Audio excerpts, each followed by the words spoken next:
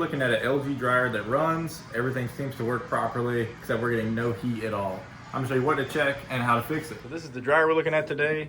It's an LG model. The specific model we're looking at is here, if you need to check that out. A lot of the LG styles like this are very similar. So let's go ahead and see what it's doing. We got it on a manual time, or a manual cycle dry, which are the best to test to make sure everything's working, high heat. And we're gonna go ahead and press the start button. It starts up, it runs. Then we go around back, try to feel some warm air coming out, and everything's cold or room temperature.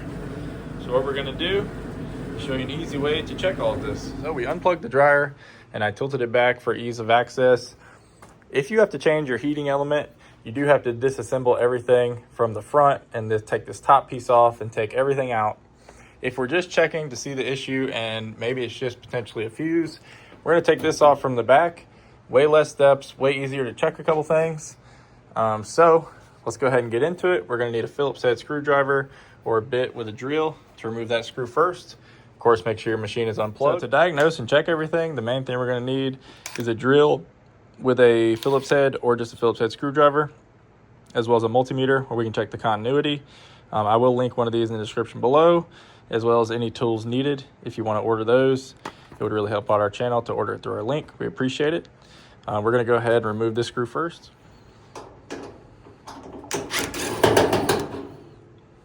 Then what we're going to do is just completely pull this exhaust duct out, just like that.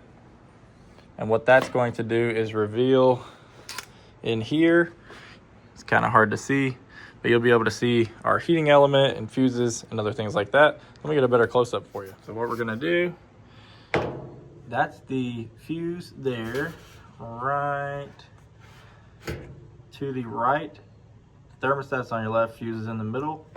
And we're gonna check that with the multimeter and see if it's good. So I have a replacement fuse here. We're gonna put our multimeter on this setting here, which is continuity, and we're gonna be able to see if the fuse is good. Let me first show you how this would work, since it's a little bit hard to see inside the dryer. This is a fuse right here that you're gonna be checking. The one in the middle that looks just like this. This is, some people call it a thermal cutoff.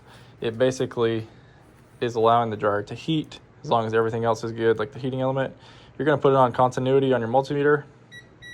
Touch this on either side. Just like that. If it beeps, it's good. If it doesn't beep, it's bad. If you do not have a multimeter, one way you can check it is you can temporarily get a piece of electrical tape and those two wires go into the fuse. You can very carefully tape them together and then turn the dryer on and see if it heats. Do not leave it like that. It's not super good to bypass the fuse, but that is something you can try temporarily if you don't have the multimeter. Now we're going to reach through here. Be careful, this is a little sharp. And we're going to test that fuse out, which is very difficult for you to see once I'm in there. And I have no way to get the camera in there. So I'm going to do my best to test it and we'll see if it beeps. So we just tested it and that fuse is bad. So we're going to go ahead and replace it. So the fuse is the one in the middle here where the white and the red wire are going to. And you're gonna have a Phillips head screw on the top of the bottom. We're gonna remove those two screws so the fuse will pull right out. So I guess you can do this with a screwdriver. I'm gonna see if my drill will fit through. It might be a little tight.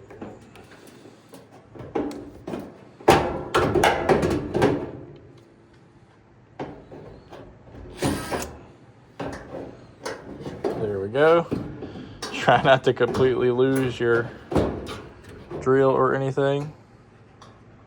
So most likely this is going to be slightly easier if you use a screwdriver than a drill.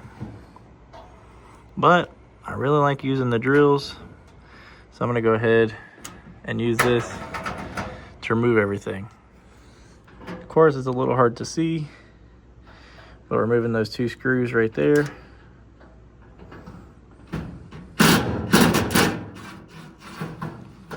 There's one. We're gonna try not to drop it. There we go, there's our first screw. To get the second one out, I kind of bent the old fuse over to the side just so we can get to that, because it's a little hard to get to that top screw, at least with the drill. All right, now we got the second screw out. I'm not gonna lie and say these are easy to get out this way. I even nicked myself a little bit. So I will link the other video in the description.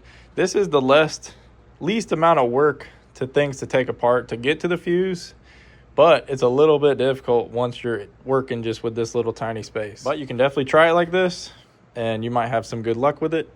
Now we got that fuse disconnected. So here we go, I pulled it out.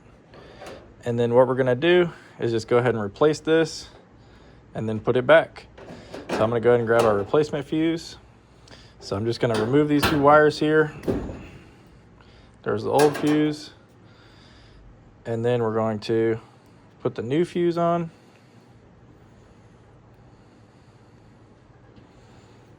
And then we're going to just reverse the process and put these two screws back in, which you can't really see. So I'm gonna go ahead and do that. And then we're gonna test it out and see if it worked. Now that we got the fuse put back, we're gonna go ahead and grab our duct here. And this, you're gonna slide all the way down and you're gonna feel it. Whoops, drop that screw in there, I guess it's gonna stay. So you can kind of look through the hole and you're gonna line this up inside. You'll see where it lines up with the other hole. It's a little hard to see on camera. Make sure there's nothing in the way. And you're just gonna reline that up and you'll feel it kind of slide into place, just like that. Then we're gonna put our screw back in. Now we're gonna plug in the dryer and see if it works. The dryer plugged back in. We're gonna turn it on. I always test it on speed or time dry. And we're gonna see if it heats now. I'm gonna grab my thermometer real quick, laser thermometer. We're gonna shoot it in the back, and then I can show you if it starts heating like it should. We got our thermometer. We're gonna see if we're getting some heat. 89 degrees so far, 91 degrees and climbing. So we got heat, and this dryer is working again. Thank you guys for watching. If you have any additional questions, leave them in the comments down below. I do have a little bit more in-depth video taking apart an entire LG dryer. I'll leave that in the description below. And you guys have a great day.